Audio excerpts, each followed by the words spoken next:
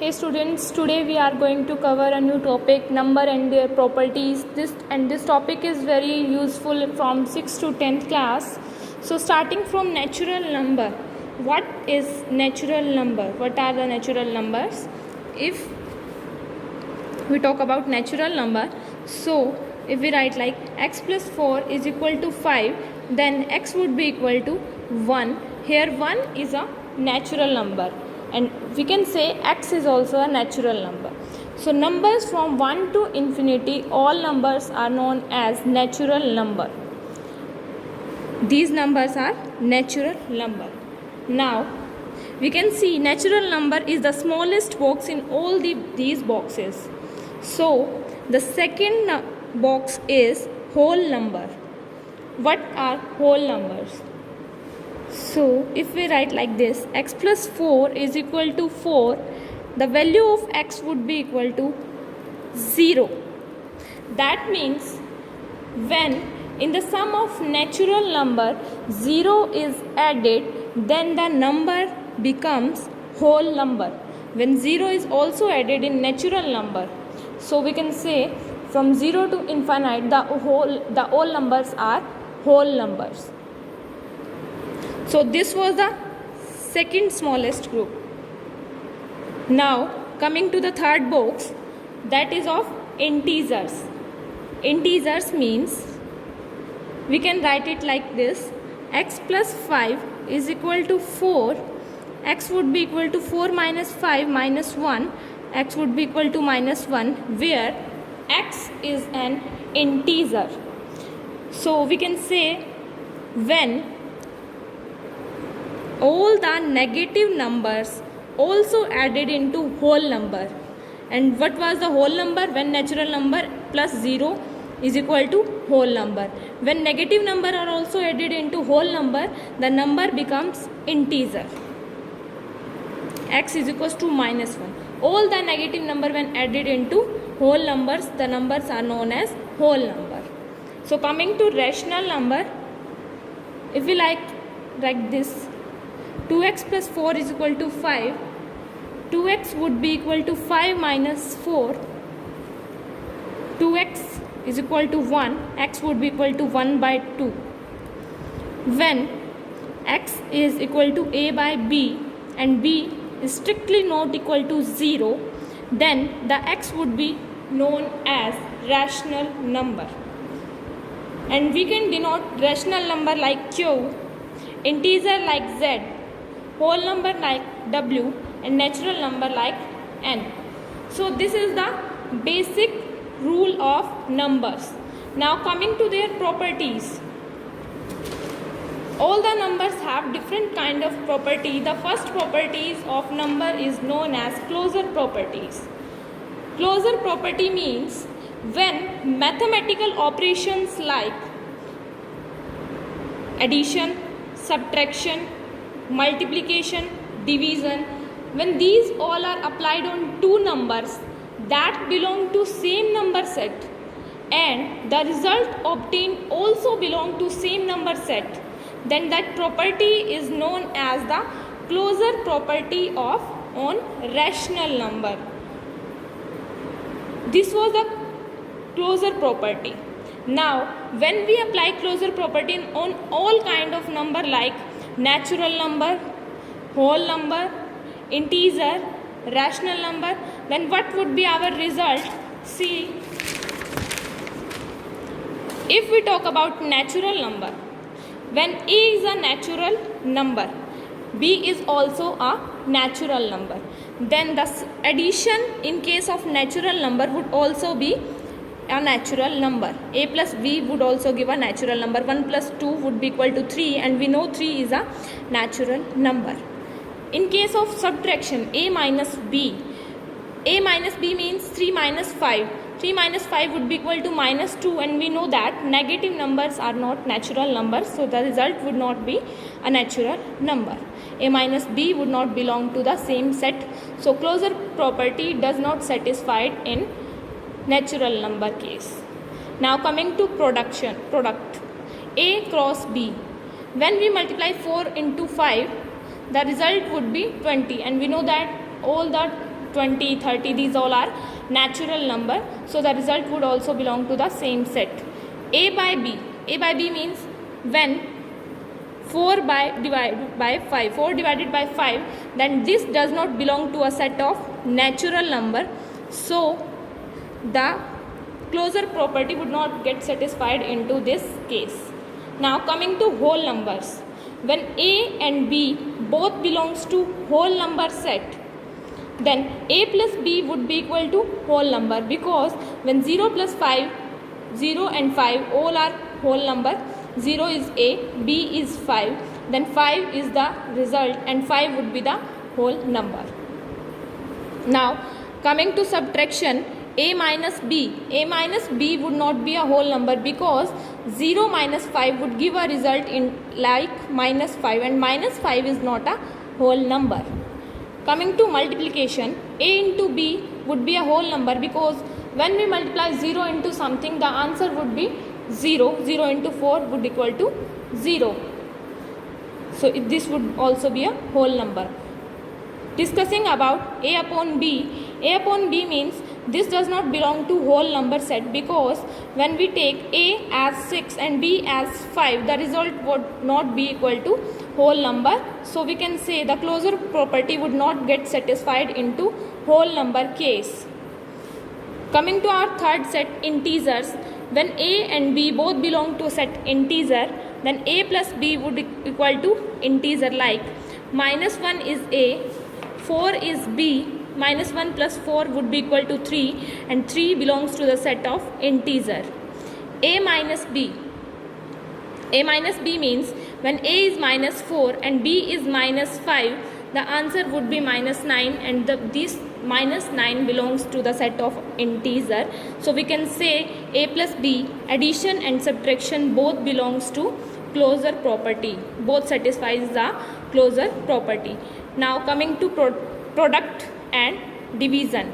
Multiplication and division both are also get satisfied. A into B would be equal to integer, because minus 2 is an integer and 3 is also an integer. The result would be equal to minus 6, and minus 6 is also an integer. A upon B. A upon B means A would be equal to minus 4, B 6. Minus 4 upon 6 would not be an integer, so this interrupts the closure property. Now after the closure property, our next property is commutative property for all the numbers, like natural number, whole number, integer and rational number. Commutative property means when the changing of order of the number does not change the result.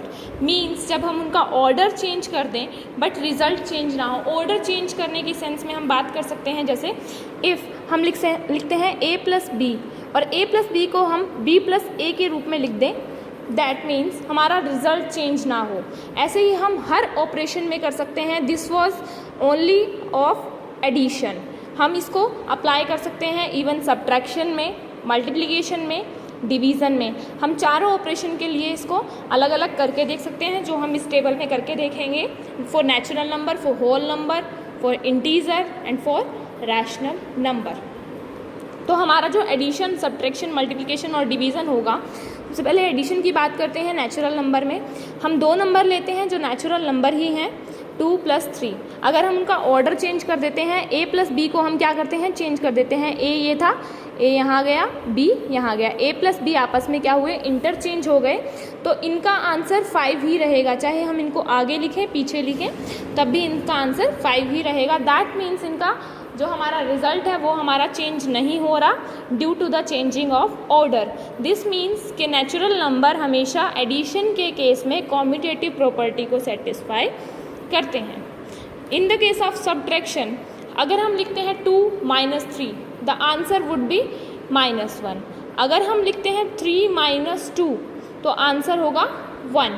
तो -1 जो है वो 1 के equal नहीं है. This means कि subtraction के case में कभी भी नेचुरल नंबर कम्यूटेटिव प्रॉपर्टी को सेटिस्फाई नहीं करते. इन केस ऑफ मल्टीप्लिकेशन हम मल्टीप्लाई करते हैं 10 × 2, 2 × 3, 3 × 2, 2 × 3 और 3 × 2 करते हैं, दैन आंसर वुड बी 6. 10 × 5, 5 × 10 करते हैं, answer would be 50. This means order change करने से इस पर भी कोई फ़र्क नहीं पड़ेगा और ये कम्यूटेटिव प्रॉपर्टी को सेटिस्फाई करेगा. इन केस ऑफ डिवीज़न अगर हम लिखते हैं 6/2 द आंसर वुड बी 3. अगर हम लिखते हैं 3/6 तो आंसर क्या होगा 1/2. तो मतलब क्या है कि हम ये लिख सकते हैं कि 2/3 would not be equal to 3/2. In case of division natural number does not satisfy the commutative property. Whole number की जब हम बात करते हैं सेम एडिशन में सेटिस्फाई करता है, सब्ट्रैक्शन में नहीं करता, मल्टीप्लिकेशन में करता है, डिवीज़न में नहीं करता. In case of integer addition में करेगा, सब्ट्रैक्शन में नहीं करेगा, मल्टीप्लिकेशन में करेगा और डिवीज़न में नहीं करेगा. इन case of integers rational number, in case of rational number -3/4 है, साथ में प्लस -6/5 लिया है हमने. हम इनको ऐड करेंगे, ऑर्डर चेंज करके भी ऐड करते हैं, स्टिल हमारा आंसर क्या रहेगा सेम. तो एडिशन में ये सेटिस्फाई करेगा, सब्ट्रैक्शन में ये सेटिस्फाई नहीं करेगा. इन केस ऑफ मल्टीप्लिकेशन ये सेटिस्फाई करेगा और इन case of division would again not satisfy the commutative property. So this was all about commutative property. Next, coming to associative property. Associative property means that no matter how numbers are grouped, the result of their addition or multiplication will always be the same. हम इसको एक diagram से समझ सकते हैं.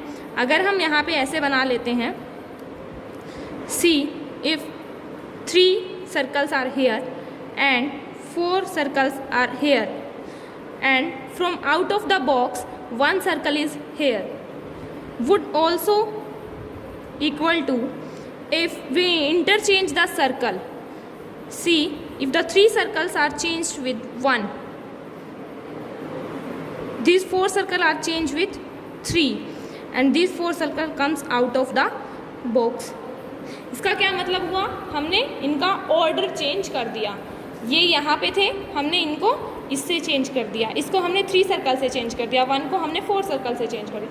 हमने पूरा का पूरा ऑर्डर चेंज कर दिया. बट ऑर्डर चेंज करने के बाद भी हमारा एडिशन में आंसर क्या आ रहा है सेम. इफ़ अगर हम इनको ऐड करके देखते हैं 1 2 3 4 5 6 7 8 1 2 3 4 5 6 7 8. दिस मीन्स कि एसोसिएटिव प्रॉपर्टी क्या होती है, जब हम किसी भी ग्रुप्स का, किसी भी नंबर का जब उनका ग्रुप बनाते हैं, हम ये नहीं देखते उन नंबर को ग्रुपिंग किस ऑर्डर में हमने की है. हम उनका ऑर्डर चेंज कर सकते हैं. इफ़ हम उनका नंबर चेंज कर सकते हैं, उनका ऑर्डर चेंज कर सकते हैं, दैट मीन्स वो एसोसिएटिव प्रॉपर्टी को फॉलो करते हैं.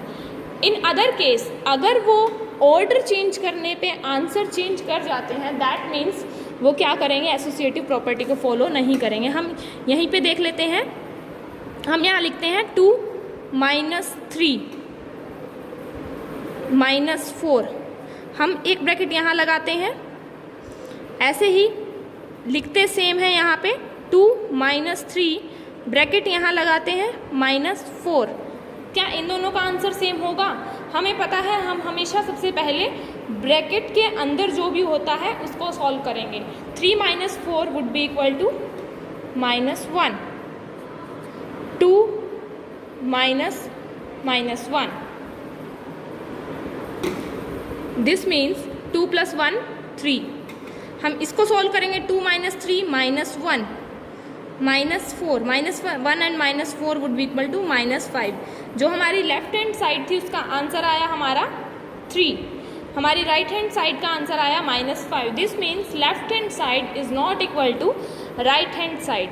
तो हम क्या कहेंगे, एसोसिएटिव प्रॉपर्टी जो होती है हमेशा एडिशन और मल्टीप्लिकेशन में एप्लीकेबल रहती है. रिजल्ट जो होता है एडिशन और मल्टीप्लिकेशन का will always be the same.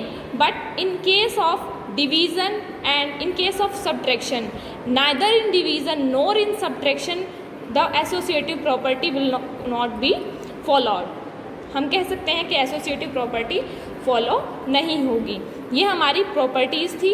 In 3 properties के बाद हमारी एक प्रॉपर्टी बचती है, वो है distributive property. Distributive property means product of number and sum or difference of two other number is equal to sum or difference of their product। इस पूरी बात को हम एक डायग्राम से समझेंगे। हम देखते हैं यहाँ पे, ऐसे हम एक बॉक्स बना लेते हैं, उसमें हम उसको 3 पार्ट्स में डिवाइड कर लेते हैं। हर 3 पार्ट के अंदर हम क्या रखते हैं, 5 बॉक्सेस,